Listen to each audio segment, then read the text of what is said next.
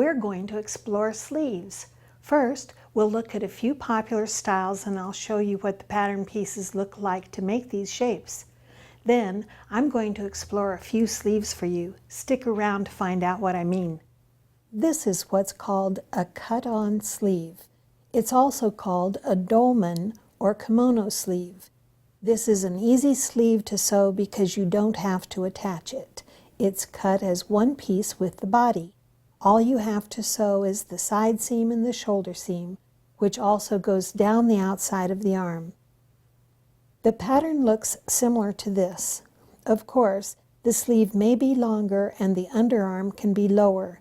Sometimes this sleeve is so low under the arm, it's called a batwing.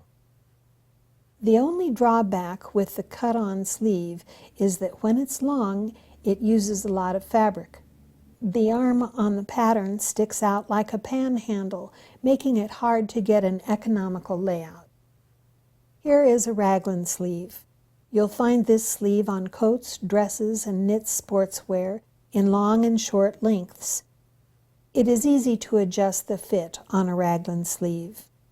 This is a good sleeve for people who have pronounced shoulders and upper arms. Both men and women wear this style.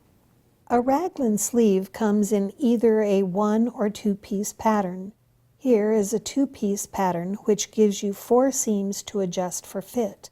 When the pattern is 1 piece, it often has a dart from the neckline to shape the shoulder. The sleeve you see most often is called a set-in sleeve. This is the sleeve used on most coats, suits, shirts, blouses, and jackets for both men and women. It is an extremely versatile sleeve. It can be any length, fullness, and formal or informal. You're probably familiar with this pattern.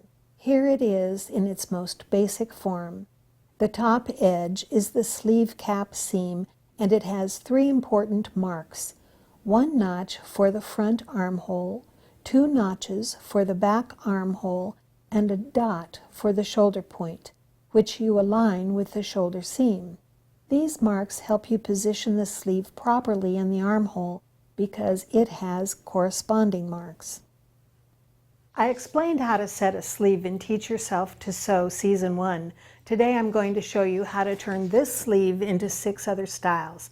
For the best results, start with a sleeve that fits. From there, you can have all kinds of fun reinventing a garment by changing its sleeve.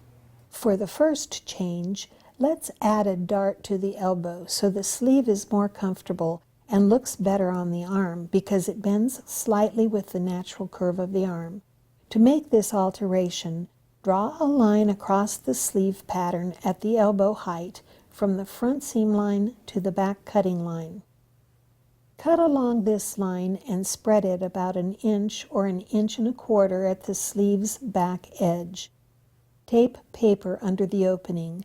Then mark a dot about 1/4 the width of the sleeve centered in the wedge.